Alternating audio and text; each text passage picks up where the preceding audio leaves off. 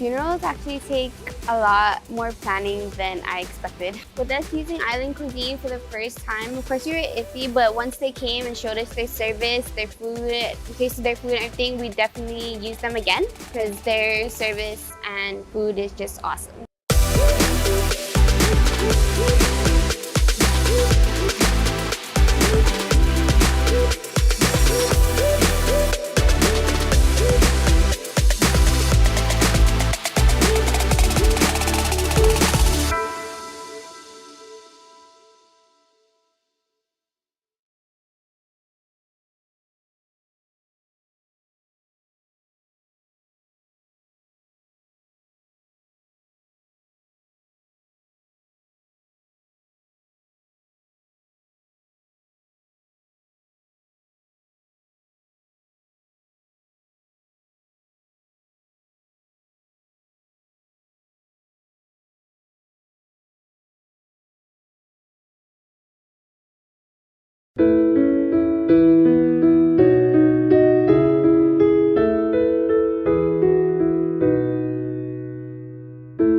I'll ride with the horses, I'll swim through the sea, I'll climb to the mountain tops, won't you come follow me?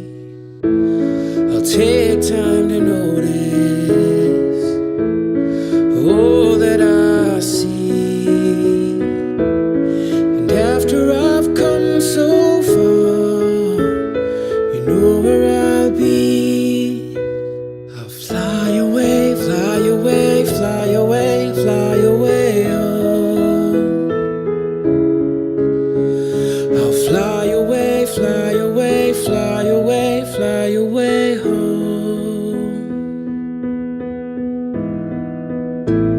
But life is a vision, that's how it should be. The world is a canvas, and the choices are free. At the end of the journey, where all is complete, they'll all wonder where I've gone, but you know where I'll be. I'll fly away, fly away, fly away, fly away home. I'll fly away, fly away, fly away, fly away home.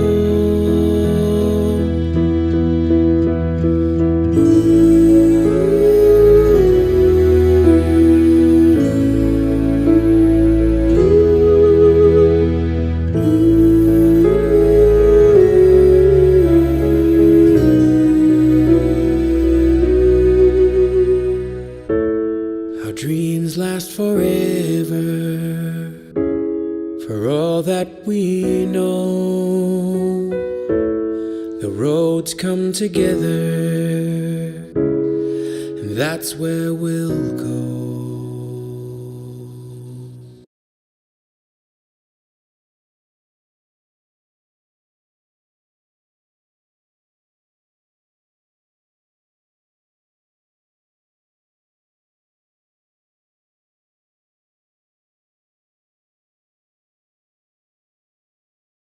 The Pampas, An elite wish we go away. because we are real and direct. no interest owns us. And we have no interest but The truth. Together we are exposing. corruption. Together we will reform criminal justice Together, We are fighting violence against women and children. We here at Kandit will shine the light on every corner of darkness. Together, we are giving a voice to the voiceless. And forgotten. Stay lit. Together. Together, Together. together, Together, we are giving a voice to the voiceless and forgotten. We are Kandit News Group.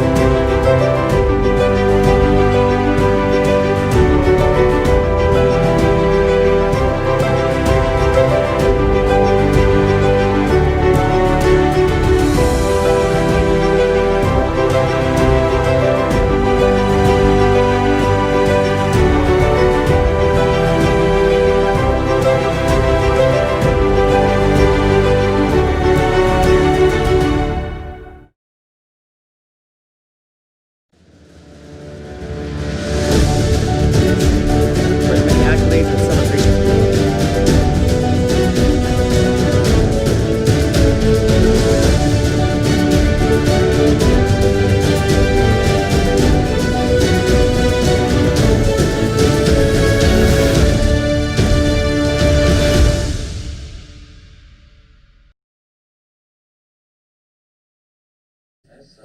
Sisters Nod. I move on to item number 3, new business. I'll open it up to the floor. Or let me go over real quick the new business. So letters from on the new business. Letters were sent out to all the respective departments and offices early this week. I believe we have one response, and that's under item D, which is the letter to Director Juan Leon Guerrero. I believe we received the information this morning, and we'll be discussing that. And I'll leave it up to open up for discussion.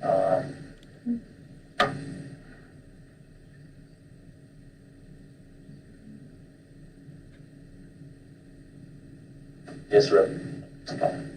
Thank you, Mr. Chairman.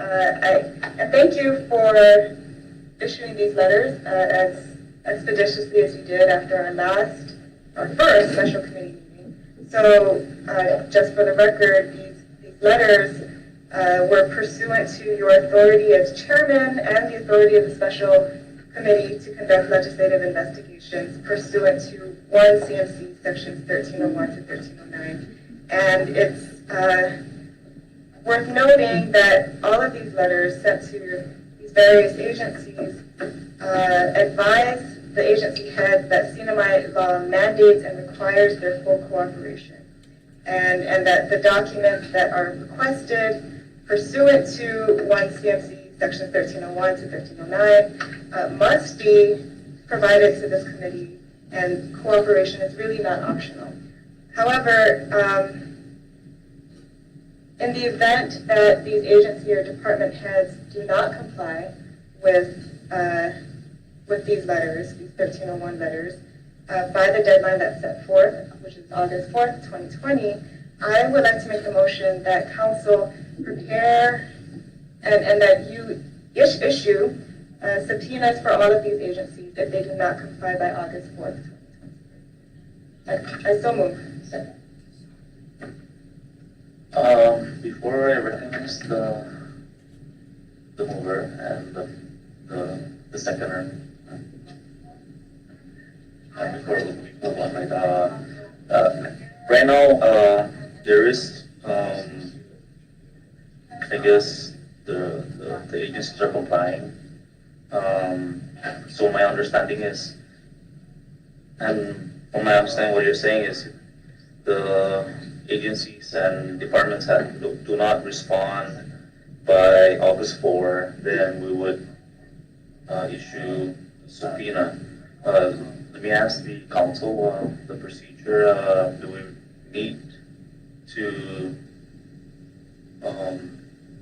issue the subpoenas right away, or do we have to get it approved by this body one by one, item by item?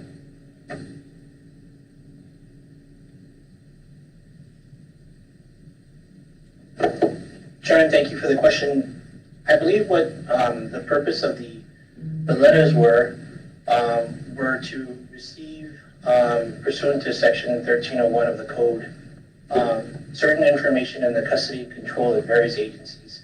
If those agencies comply with the letters on or before August 4th, then we will not need to issue any subpoenas, which will definitely compel the disclosures. But what Rep. Sablan is trying to proactively do is avoid a delay where we come in on August 4th, there aren't any disclosures, then we would have to wait 7 days to post the OGA, then we would need to wait 5 days to post subpoena notice. So we would be, in effect, wasting 8 days. If she makes the motion today for issuance of subpoenas on August 4th at 5:01 p.m., close of business, then in theory the Sergeant at Arms can deliver them, or he can deliver them at 8 in the morning, the following morning.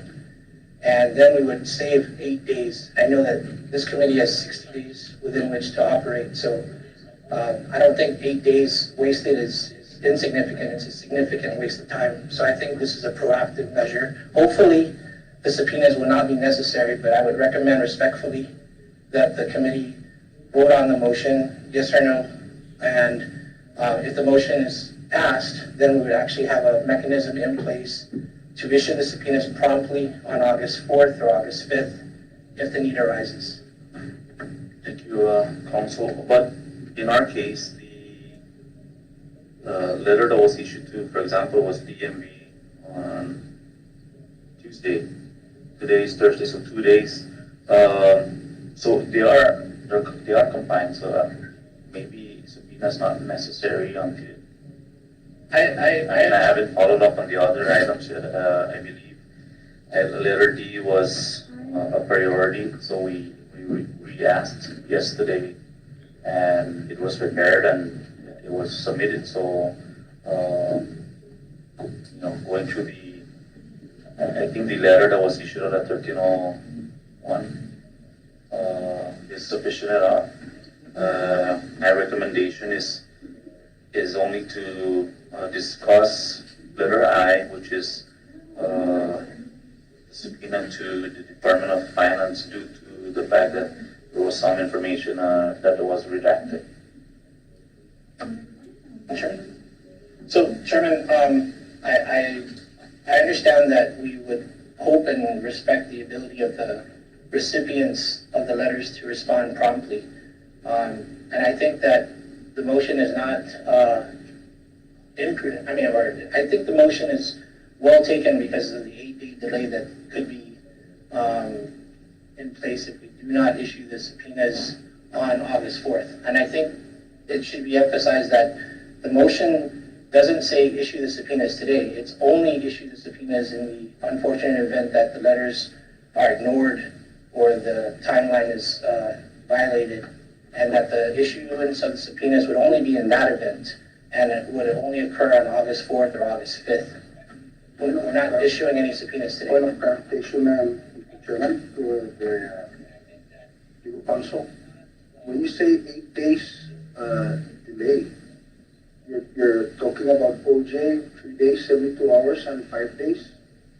What is the 5 days? Can you expound on that? Sure. When you issue a subpoena to anyone, the normal time, it's not the absolute mandatory, but the normal time is a 5-day grace period from the time it's in the law, yes. In the statute? Yes. So the subpoenas say you are hereby commanded to come for testimony or present documents 5 days from now, unless the committee votes otherwise. The committee can vote for 6 days or 4 or 3 or even 2 or 0 days. But the normal result is 5 days. Get across is that we keep talking about the 8-day delay, but any vote from this special committee, we can expedite such a process. That's in the rules, yes, but the normal statutory period is 5 days. But the committee can make it different from 5 days. And I agree with that response. Thank you for the clarification, Mr. Chairman. Thank you, Flor. But wait, before I recognize you, Epsilon. So in our case, we are going to issue a subpoena. They already have 5 days from the letter that was issued out 2 days ago. So when we do issue subpoena, it won't necessarily mean 5 days because they're given heads up notice since 2 days ago. So we can demand the information the same day the subpoena is issued. So I don't believe in the 5-day rule because the notices were sent out 2 days ago. So they are given ample of time. So that's what my recommendation is. I'm going to leave it up to the members to decide that. Recognize Rep. Solon. Thank you, Chairman Yumo, and thank you to the floor leader for pointing that out. I think you're right that we have already given them notice and that they could be subject to subpoenas if they fail to comply with the request that we sent by August 4th. So what I would suggest then is that, with the exception of the Bureau of Motor Vehicle, which has already complied, that we take a vote to issue subpoenas for the release of those records that we requested by close of business August 5th.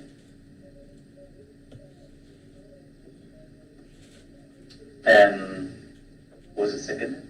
I know because we changed, there was some clarification, so since no one seconded, I'm not gonna recognize it. Who's second? Wil Castro second, okay. So, under discussion. Ready? Clerk, please take the roll.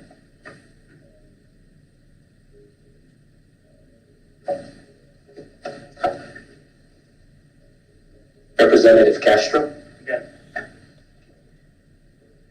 Representative Manglonia? Yes. Representative Probst? Representative Cristina Sablan? Yes. Representative John Paul Sablan? Representative Villagomez? Yes. Mr. Chairman? Yes. Mr. Chairman, 7 members present voted yes, 1 is absent.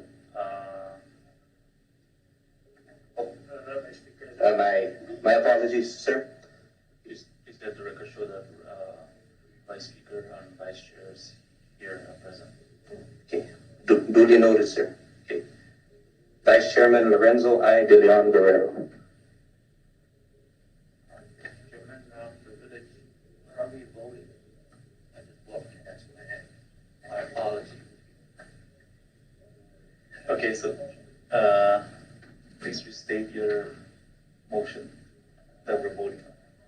Yes, thank you, Mr. Vice Speaker. The motion that has been seconded is to issue subpoenas to the agencies that are listed under new business, which received letters from the chairman 2 days ago, pursuant to his authority and the authority of the committee in 1 CMC section 1301 to 1309. So these letters request documents that we have discussed in committee that we want to see from these various agencies. And the motion is to issue the subpoena. The letter gave them 5 days to comply, which is a deadline of August 4th. And if they do not comply by that deadline, then the motion is to issue subpoenas for them to turn over the records by close of business on August 5th. Thank you, Representative. Can you call out all these departments or entities, please? Yes. So the departments, the offices that receive these letters include the Mayor of the Northern Islands, the Marianas Visitors Authority, the Commonwealth Casino Commission, the Bureau of Motor Vehicle, but as I noted, BMV has already complied with the chairman's request, the Office of Homeland Security and Emergency Management, the Department of Public Safety, and the Department of Lands and Natural Resources. These letters are already been sent out? Yes, the chairman sent the letters 2 days ago and gave the agencies and departments 5 days to comply. We have the letters. I believe here the letters should all, you should have copies of it.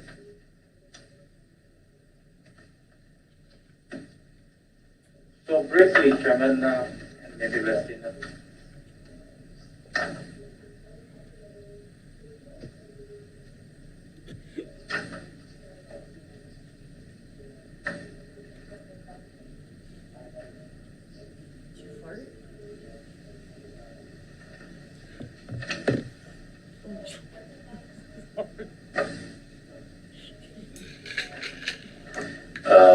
Members, let's take a real quick recess while we hash out the ground. Thanks.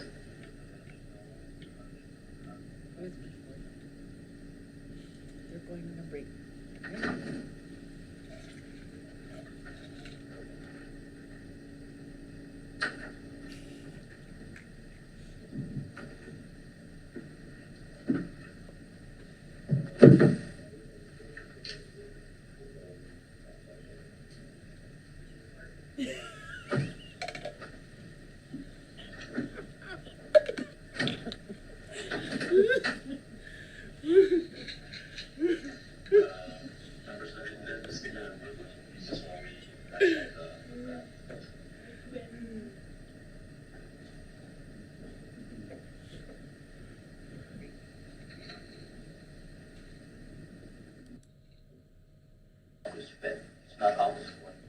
Well, the letter that the chairman sent the initial letter requires compliance by August 4th. But what we're talking about now for this motion is the issuance of subpoenas if they do not comply by August 4th.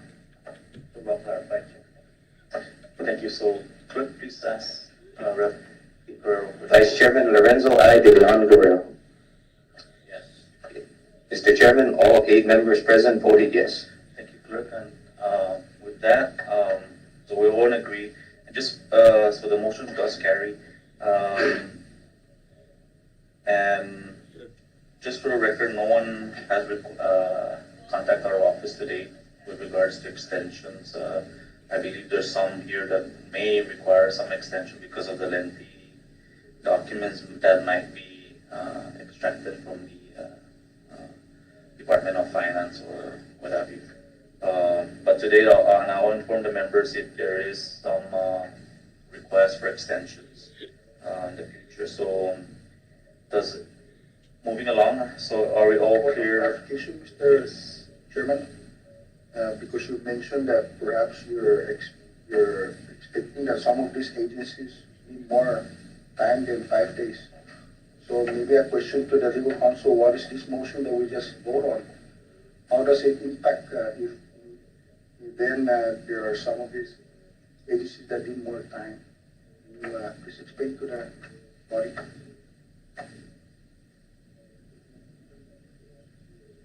So, Floor Leader, the letters were issued on Monday, July 27th, and we gave them the courtesy 5 days.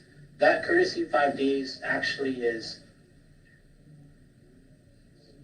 August 1st, which is a Saturday. So 28, 29, 30, 31, 1. So August 1st being a Saturday, the 5th day, we actually gave them until Monday. So that's 6, 7, that's 7 days. And then technically we give them to the 4th, I don't know why. So that's 8 days. So 8 days, I think, may be reasonable for the compliance with just a letter. That's what you think, Counsel. But like what the chairman said, that there are probably some agencies here that need more time. What does this motion, how does the impact of this motion that we just vote? Can we extend that time if needed? Brought up by the chairman. The letter states that there's a need for a waiver. The letter expressly states, or an extension of the deadline, that they can inform the chamber and the chairman, and that extension will be considered by the committee. But so with the vote that we just vote on the 5th, says on the 4th, and there's no compliance. Subpoenas will be issued 8 in the morning. Subpoenas, and it doesn't impact any agency that requires more extension. If they didn't request, then they would have told us. Thank you. Thank you. For any other? Are you? Okay.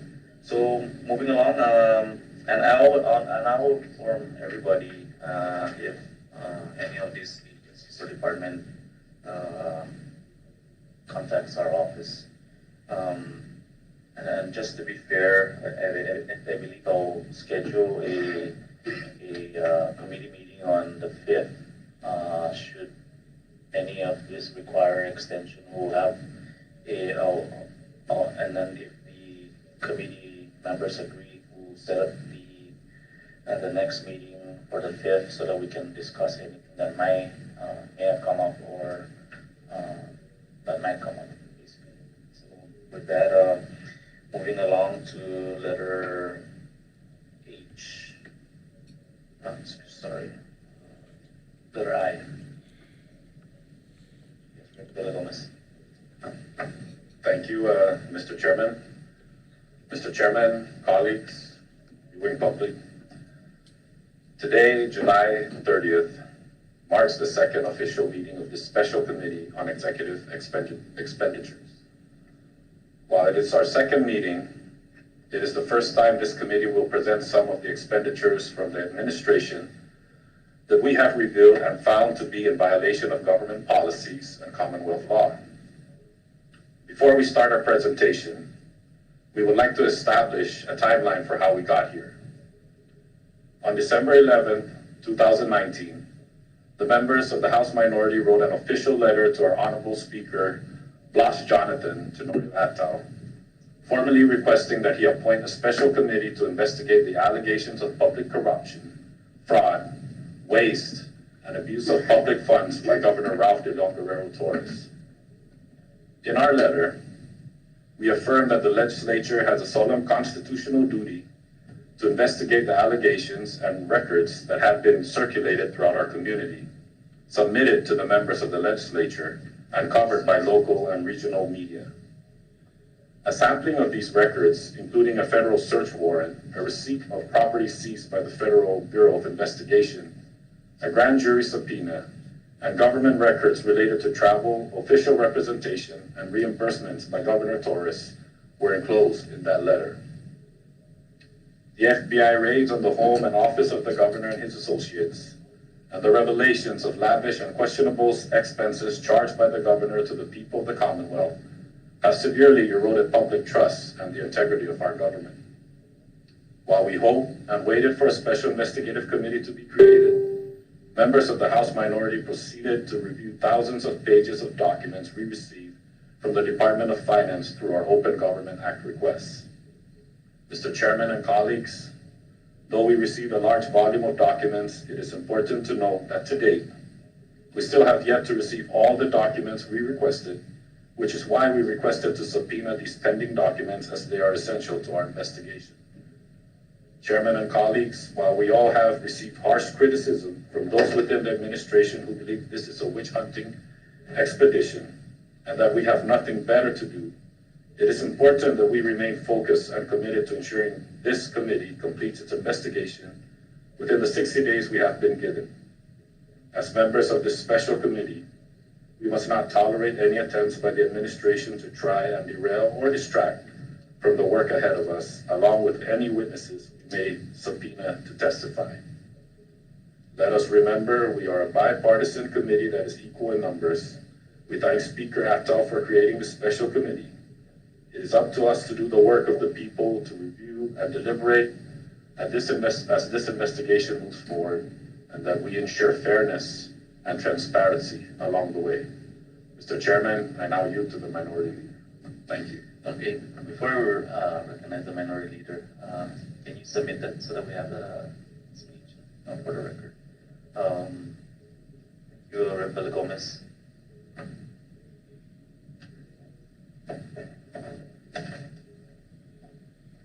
Rep. Probst, you may proceed. Thank you, Chairman, and thank you, Representative Wil Gomez, and colleagues. We are here today to present a glimpse or some of the documents that we have reviewed.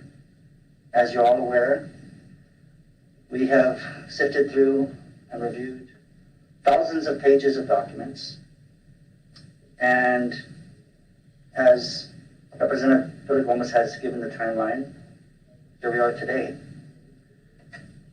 So we're going to start off with some documents that we will present today to the committee, but also to the viewing public, so that you understand what we have been going through and what we have been reviewing and what we have been working on.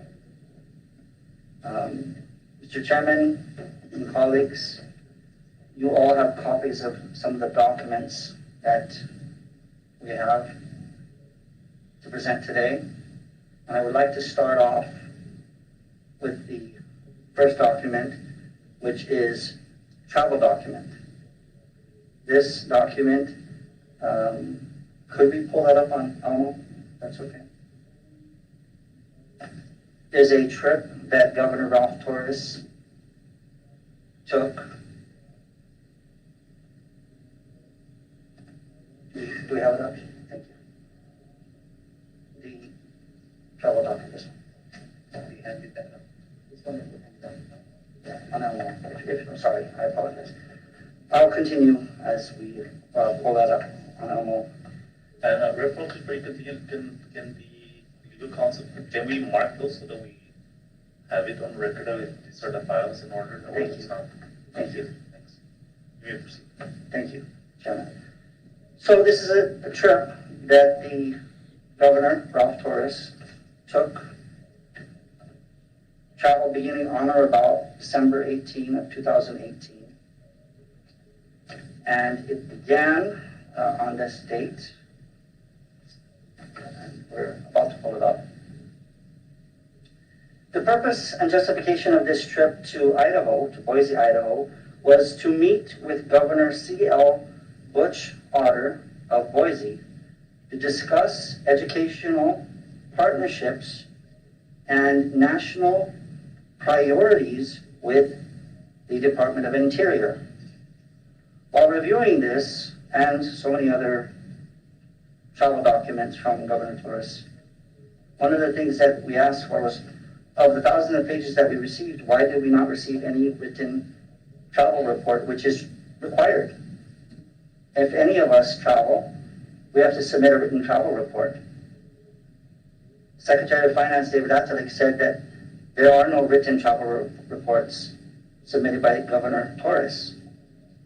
So the only thing that we have to go on for this trip, and I want to put into mind the timeline of this, that this is on December 19, traveling to Idaho to meet with this governor, less than 2 months after the CNMI, after Saipan and Tinian, was decimated by Super Typhoon U2. And if you can recall, many of us, including myself, were still without power and water, but hundreds of families were still without a roof over their head. Some of them were fortunate enough to have a tent. Life was very difficult. But the governor felt it was important for him to leave on December 19 to meet with Governor Butch Otter of Idaho to discuss educational partnerships and national priorities with the Department of Interior. There is no written travel report as required, so we don't have much to go on, because I would like to know, and I beg the indulgence of this committee, for the record, that we ask for a trip report for this travel, one of many that we will be seeking, to ensure we know the date that he met with Governor Otter for this trip, the timeline, what was discussed, and what did the CNMI benefit from this meeting that he had. If you look through the document and you turn through it, and you turn to the pages of his actual itinerary, you will see that Governor Torres traveled from Saipan to Guam on economy, Guam to Honolulu on business, Honolulu to San Francisco on first class, San Francisco to Boise on first class. And on the return, when he left on Wednesday, January 2, from Boise all the way back to Saipan, he actually went from Boise to San Francisco to Hong Kong to Guam to Saipan. He all flew first class or business class. Council, if you may, could you please pull out the travel restrictions on first class travel, restrictions on government paid travel outside of the Commonwealth, section 7407, Title 1, Division 7, if you wouldn't mind. So, what we know by Commonwealth law that has been clearly stated several times is that first class travel is prohibited. If you look at letter F, it says airfare restriction, the Commonwealth government shall not purchase or furnish for or reimburse to any employee, contractor, board member, or other person required to travel on behalf of the government, its departments, divisions, agencies, and autonomous agencies, an airline ticket for travel in first class, business class, or any other premium class designation. Travel agents issuing tickets for government travel shall only be paid at the regular economy fare or its equivalent. Any government employee who causes an airline ticket to be issued in violation of the section shall pay a civil fine of $1,000. Chairman and colleagues, this is one of dozens and dozens and dozens of travel by Governor Torres in which he flew first class at taxpayer expense, beside the fact that it is strictly prohibited and is against Commonwealth law. But you don't have to just take my word for it. All you have to do is look at the Office of the Public Auditor, who recently submitted to the legislature a draft report on the audit of the CNMI government's travel policy. On page 8 of this, it states, despite the law clearly stating that travel in first or business class is prohibited, OPA received evidence indicating that first or business class tickets were purchased over the past 4 years. These airline restrictions have been in place since the Governor's Directive number 197 on February 12, 1998, and was adopted into law through Public Law 1586 on September 26, 2017. So, colleagues, Chairman, I want to remind you that he traveled basically illegally in first class. That is the first thing that we wanted to discuss. But what is interesting about this trip is what is the significance of this trip, and that is why I want us to compel Governor Torres to explain and justify why this trip was so crucial at a time when there's such suffering in the Commonwealth. What we have found, because I didn't know, I'm sorry, I don't know all the governors. What was interesting to us in the minority that reviewed this initially was that Governor Butch Otter was basically a lame duck governor or an outgoing governor. Governor Torres was meeting with him to discuss educational partnerships and priorities with the Department of Interior as well. And we want to see the fruits of this trip because he was an outgoing governor whose last day was on January 7, 2019. What benefit do we get, the Commonwealth, if this is for a public purpose, and it is, as is stated here, travel to be performed in the best interest of the CNMI government? What have we clearly gained from just this one trip? We will wait for the governor's response on that. But clearly, his travel first class was prohibited and is illegal by law. That is not an opinion, that is a fact. Furthermore, he did not submit a written travel report, which is required, which appears to be required for everyone except the governor. So that's very concerning.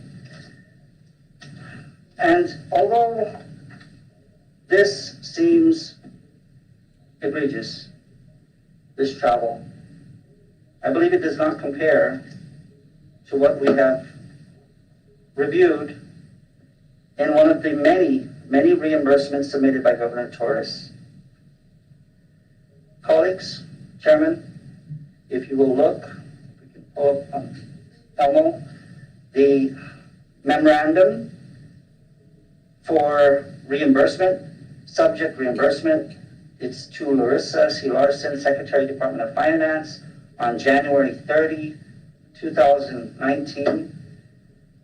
Because we can't be here all day and go through every single one, we have basically chosen to highlight a few of them and to discuss it. So, the first thing that we do want to discuss with regard to what was submitted was this document has a list of different invoices and vendors and amounts that total to the amount of $5,388.11. There are several items. We may not have time today, obviously, to go through every one of them, as I mentioned earlier. So I want to go through just a few of them. And let's start first with his travel. Governor Torres was traveling to Boise, Idaho to meet with Governor Otter. And along the way, on December 19, Governor Torres purchased a couple of items. Council, if you would be so kind as to pull up one of them. One of the purchases for $440.43 was for a JBL boombox on his way to Idaho. The justification of this purchase was for office use. That may be the case. But I can't understand, on a trip that you're going to meet with Governor Otter of Idaho, how somebody would conceive along the way at the San Francisco terminal, you know what? Despite the suffering, despite all the problems in the CNMI and everything, what we really need for the office is a JBL boombox with portable Bluetooth and some other wonderful features, that it even says, party with your friends at home, on the beach, or on the park with a JBL waterproof boombox. Okay, so this $440 purchase was a priority. That was for office use. We need to see the justification of that, and I ask that we do see that item and how it was used in the office and for what purpose it did serve, which again, he could justify that, that's fine. That's not as egregious as some of the other things we've seen. But I do want to bear in mind that how is this JBL boombox a priority for an office at a time when there is mass suffering in the Commonwealth? It just did not make sense. On top of that, he bought a Hub Max charger for items, a battery charger, and that was for $120.49. So these two purchases cost taxpayers $570 because it was for office use.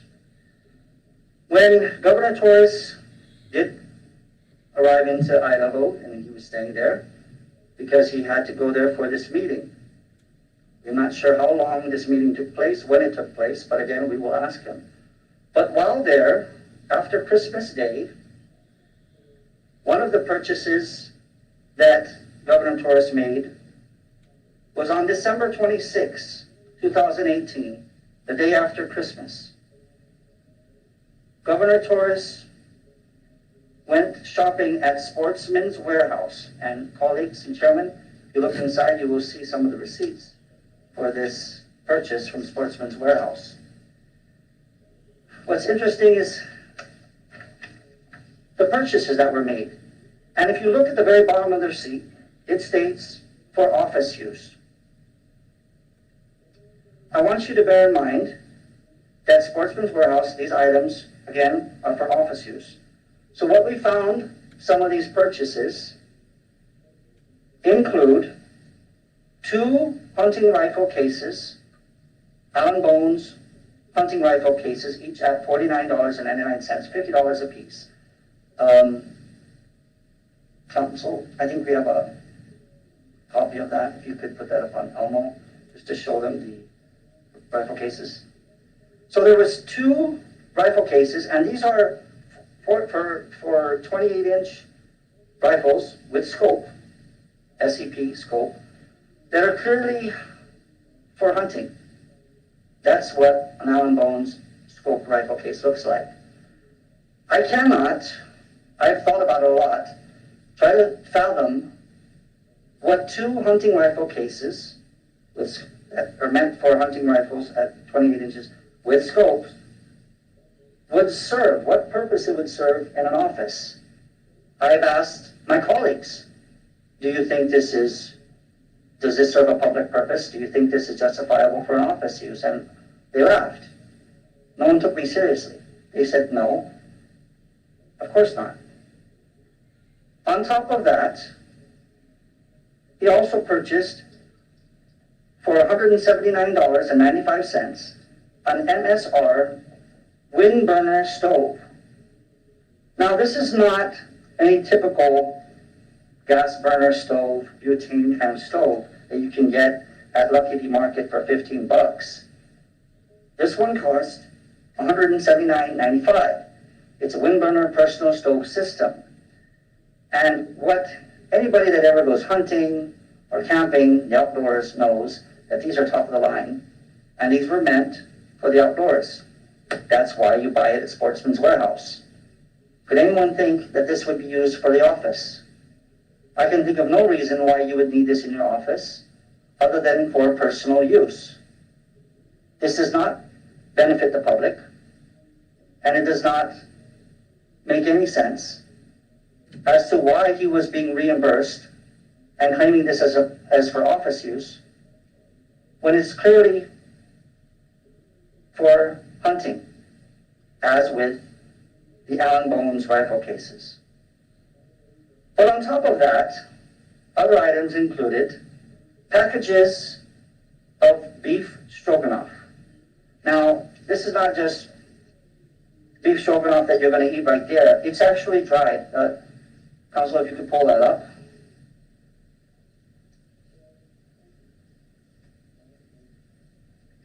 Good. So this is Backpacker's Pantry freeze-dried. Backpacker's Pantry beef performance, 2-person beef stroganoff with wild mushrooms. It's basically dried beef stroganoff. You add water, and you could use that special burner when you're going camping or hunting to cook it and then consume it. He bought 2 of these packets at $8 a piece, $7.99, and he also bought a breakfast item with that same price, $7.99.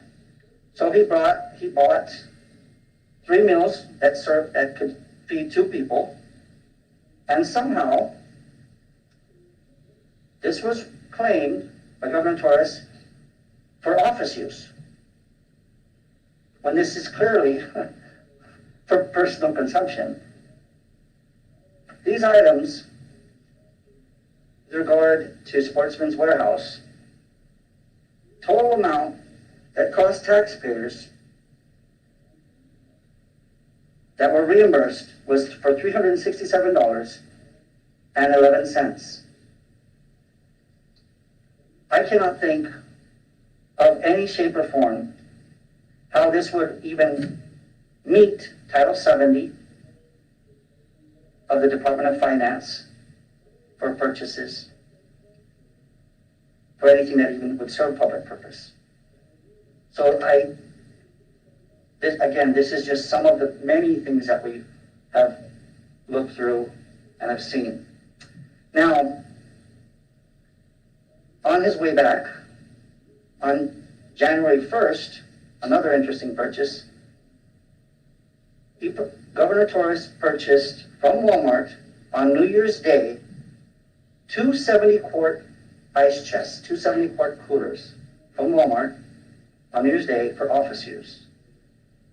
So I'm trying to think of a reason why these coolers were so critical that you are traveling and you probably have a lot of purchases and baggage that you have picked up. But what is most critical is that you buy 2 70-quart coolers. What would be the purpose of having 2 70-quart coolers? It makes no sense to me.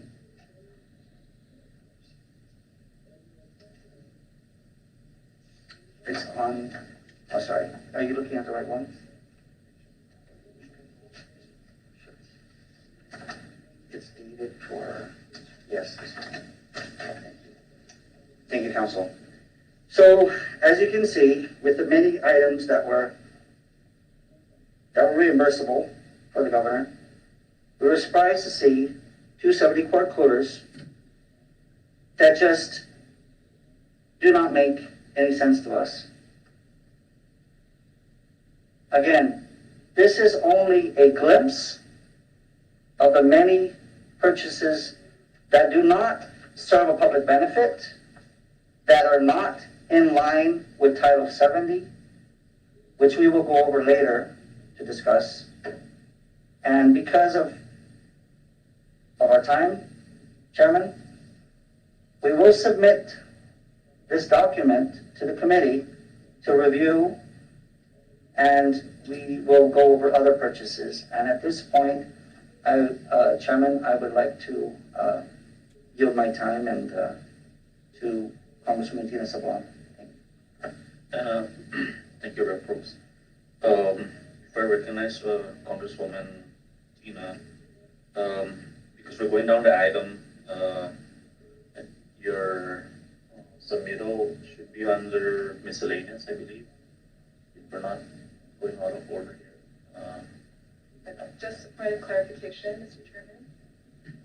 So this is relevant to under new subpoenas because following this presentation, we will be making a motion to also issue a subpoena, a new subpoena to the Department of Finance for the relevant records that we don't have yet.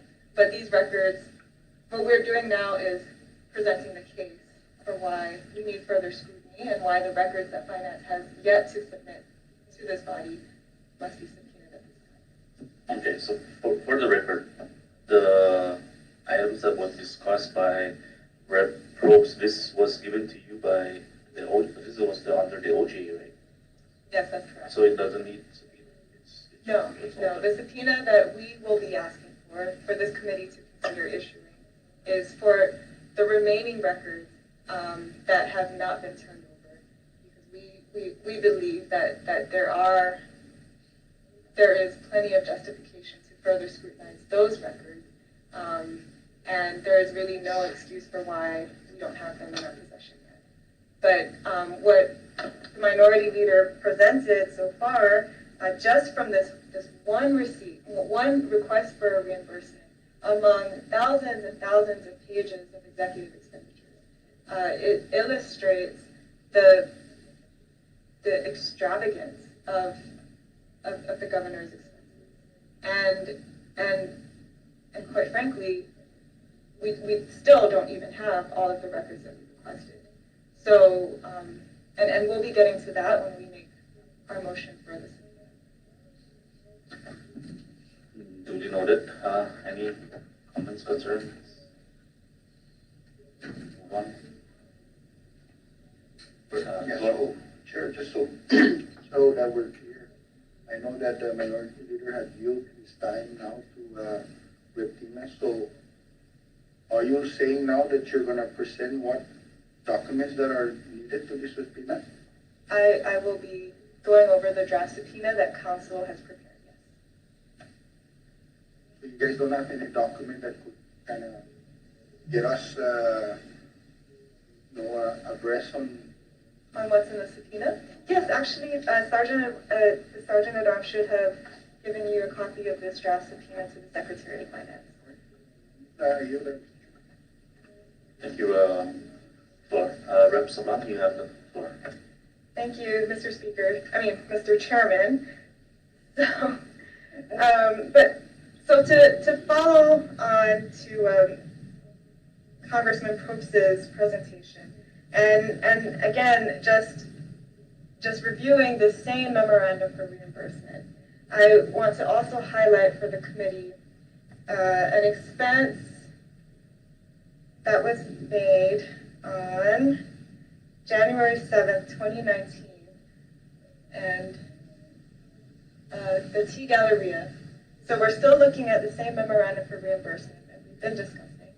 And if you could please pull up the receipt for reimbursement for T Galleria. This would be on, I guess, on the second page. Sure.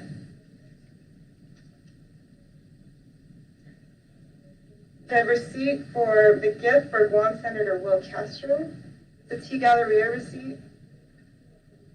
Oh, yes.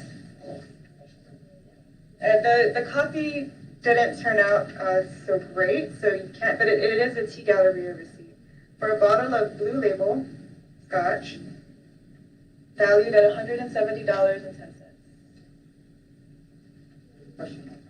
Yeah, got it.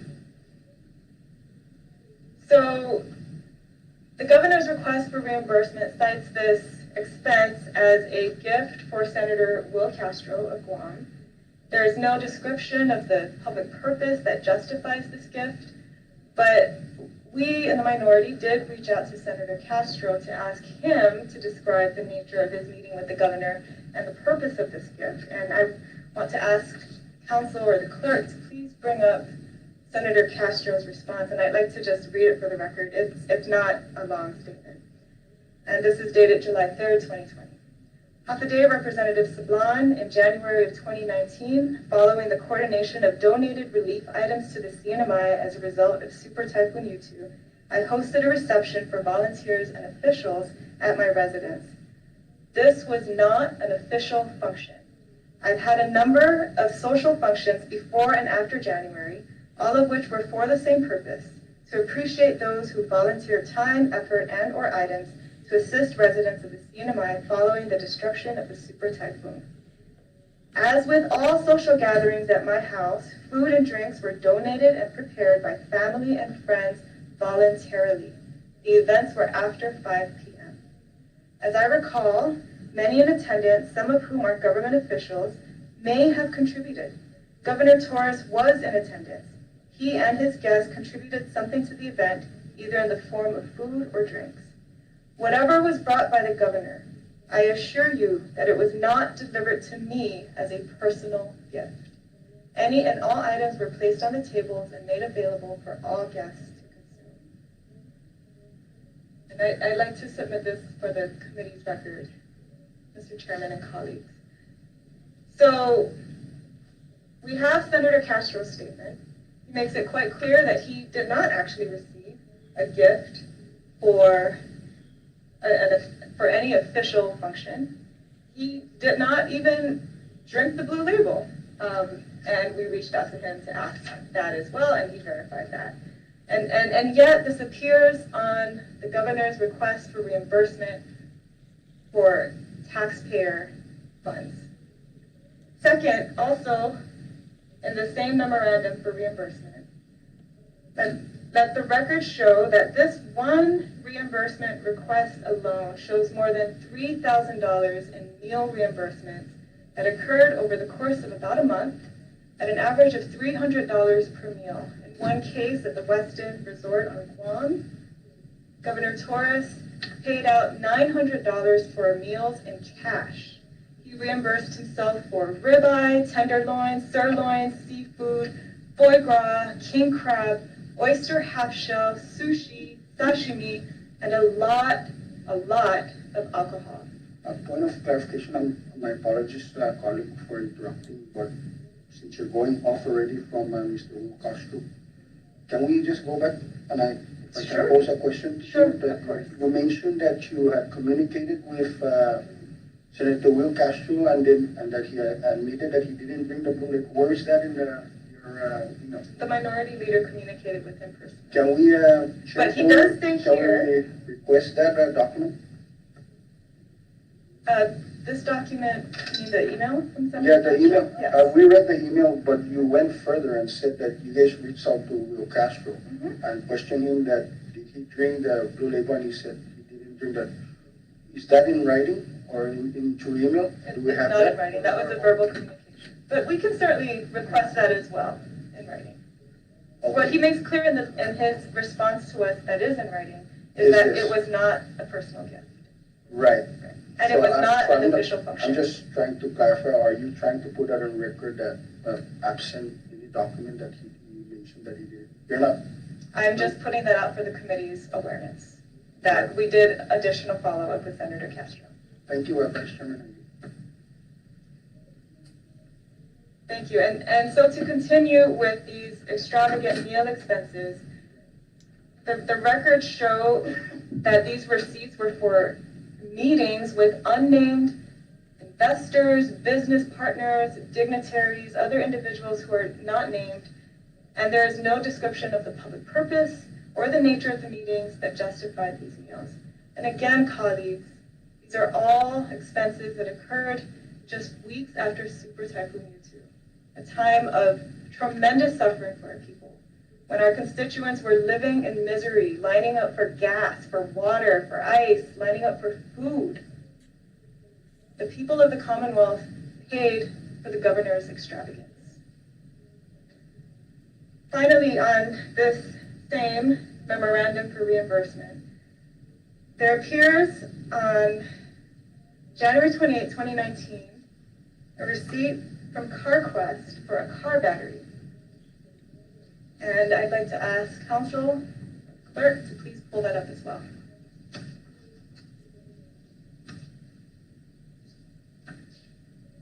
Car battery, yes. Car battery from CarQuest for license plate number ADG282, a battery, brand new battery valued at about $112. And the records that we obtained from BMV, the Bureau of Motor Vehicle, for this same vehicle show that it was on January 10th, 2019, Governor Torres purchased a private vehicle, a Mazda van with that same license plate, and registered it in his name. And then these records from finance, this receipt from CarQuest shows that on January 28th, he reimbursed himself for a battery for that same private vehicle registered in his name, as noted on the receipt. We also know from the finance records that on January 25th, so just a few days before he bought that car battery, and there's a receipt for that as well, Council. Could you please pull it up?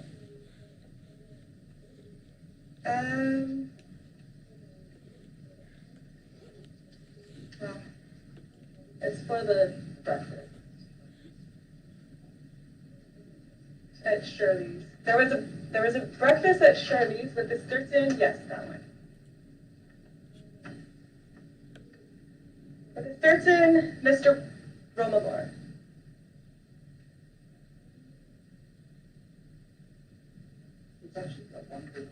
It's just a one-page document. It's not part of the same packet.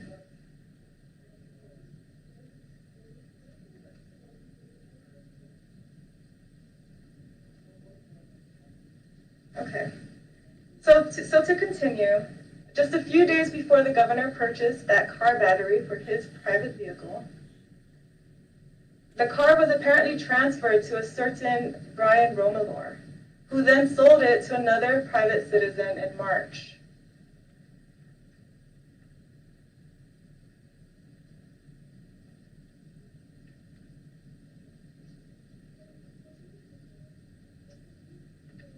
Sarge, if you could please just provide this to the floor leader.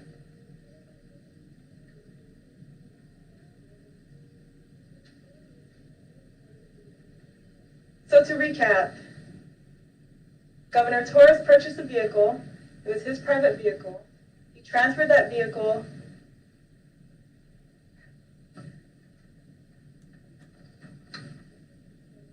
May I continue? Governor Torres purchased a vehicle in January 2019.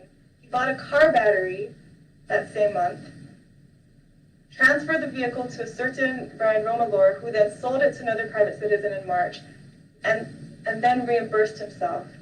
Submitted this request for reimbursement of taxpayer funds for battery for his private vehicle.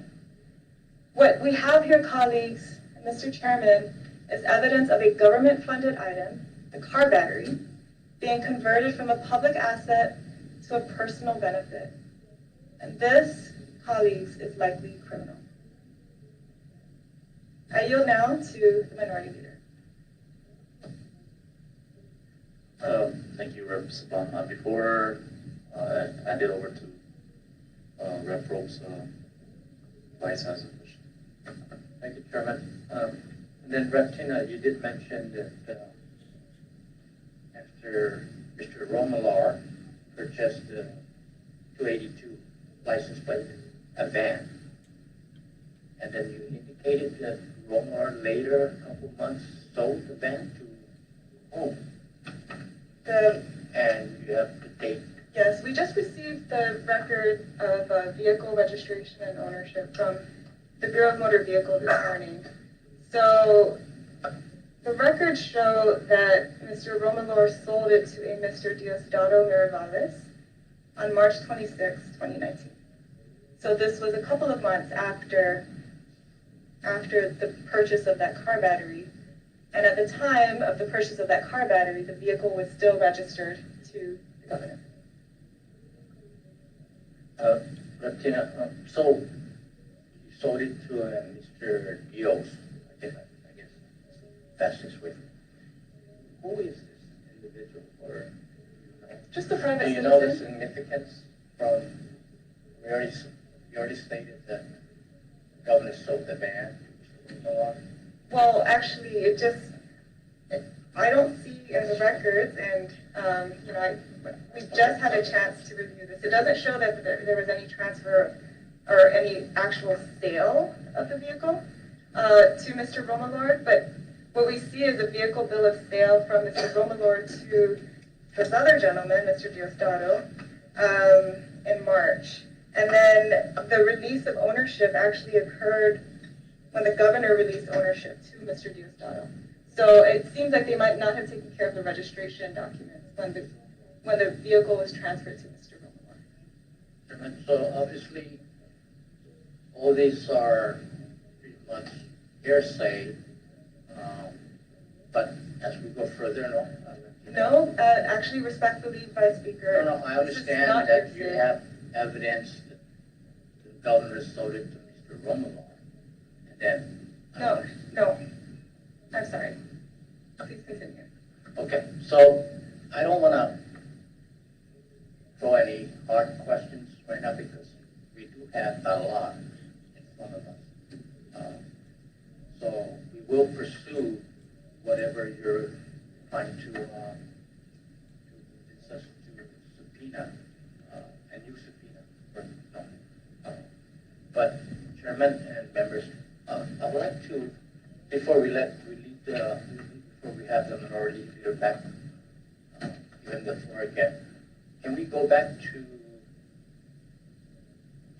the issue of the hard alcohol to Mr. Wil Castro? Sure. That's okay, Chairman? No, sir. So my concern here is we do have an email with Mr. Wil Castro explaining himself that he did not receive the so-called gift, personal gift, hard alcohol. And his statement is he wants to assure us that it was not delivered to me as a personal gift.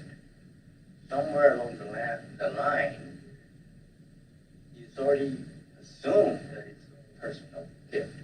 But this is just my observation. Mr. Chairman and members, if we are to accept this document, this email document from Mr. Wil Castro, this is just an email from himself. And if we need to go further to investigate the reimbursement made by the governor, reimbursing him the purchase of the alcohol, I believe, and this is coming from me, I believe we would also think about subpoenaing this individual. That's just my opinion. And I do for nothing. Thank you, Vice Chair. Brett Brooks, you may be on the floor. Thank you, Chairman. Thank you, colleagues. At this point, Chairman and colleagues, I just wanted for the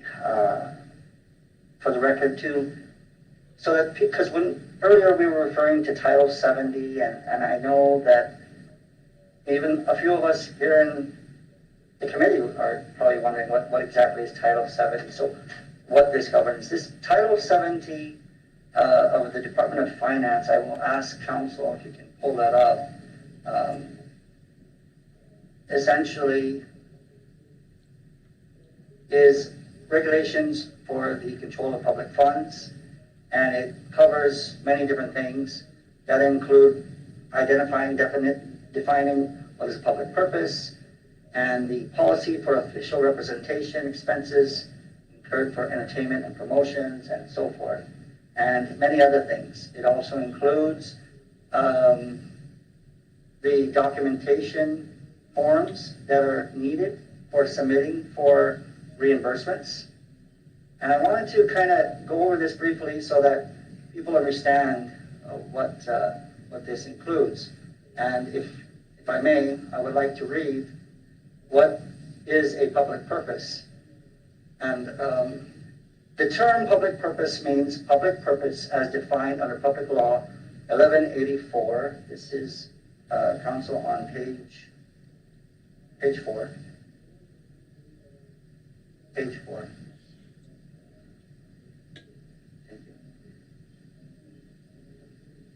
As defined under Public Law 11-84 and as amended by Public Law 12-2, and shall include, but not limited to, any purpose which meets one or more of the following criteria. Again, this is giving an idea of what public purpose means. It means the benefits are equally available to the entire community. The service or commodity supplied is one needed by a large number of the community pursuant to customs and traditions as applicable.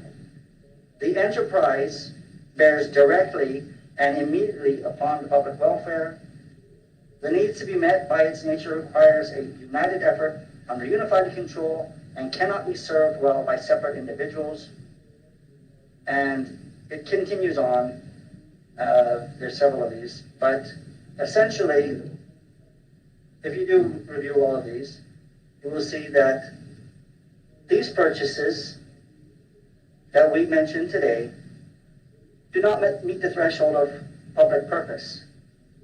Furthermore, under official representation expenses, again, an example, because this is important with so many of the reimbursements, was for official representation, as Representative Tina Sablon, Congresswoman Tina Sablon mentioned about these meals and other things.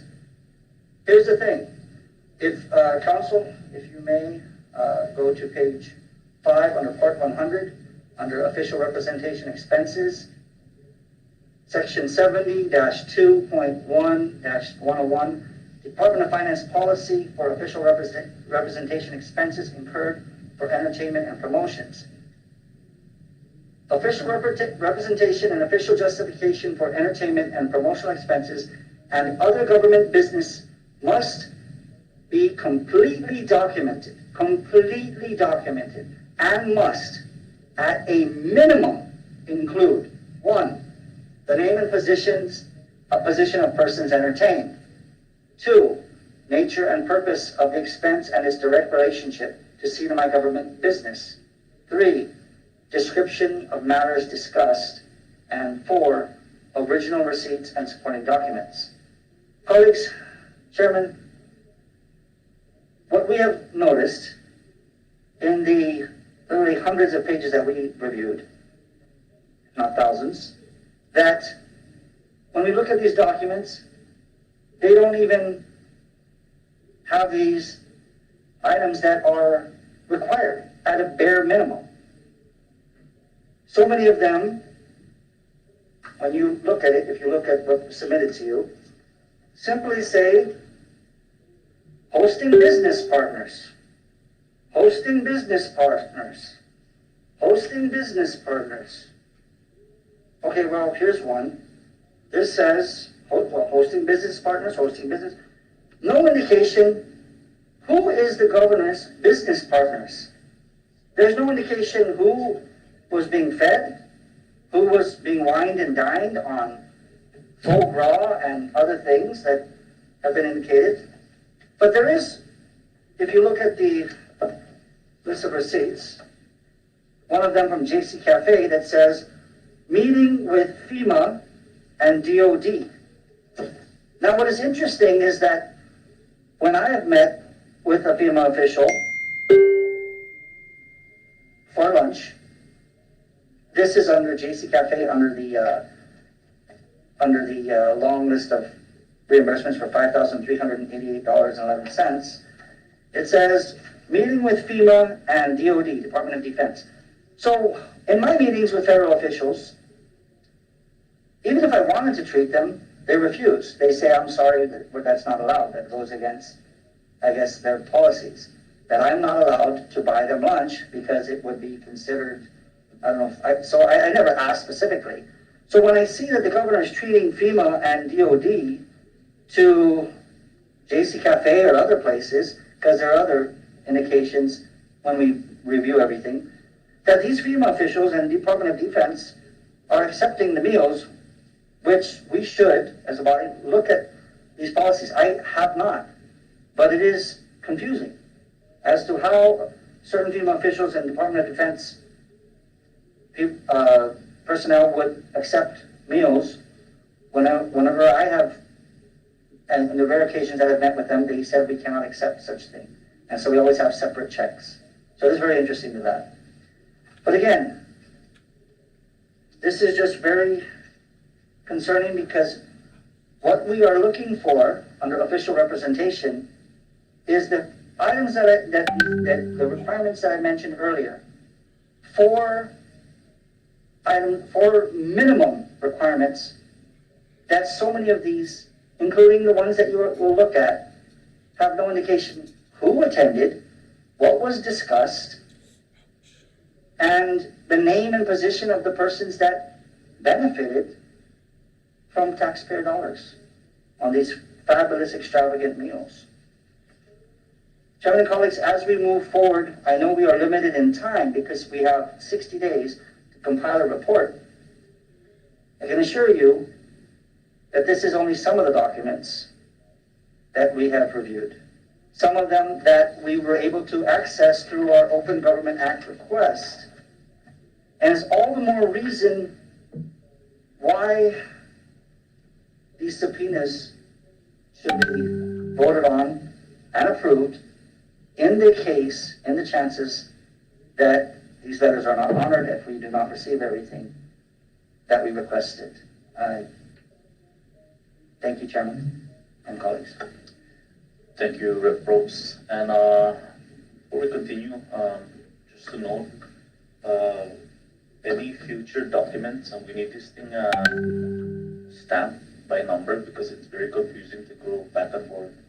So, and if this is some of the items that's going to be presented to the body, it will, by the time we produce a report, it'll be the hundreds of pages to what we're looking at. So, council and clerk, note on number system, date stamping, is that what it's called? Bait. Okay. So get that done because as soon as possible. So any items to be turned in has to be stamped, number system, bait system, whatever, so that we won't be confused and in the interest of time. Is there any other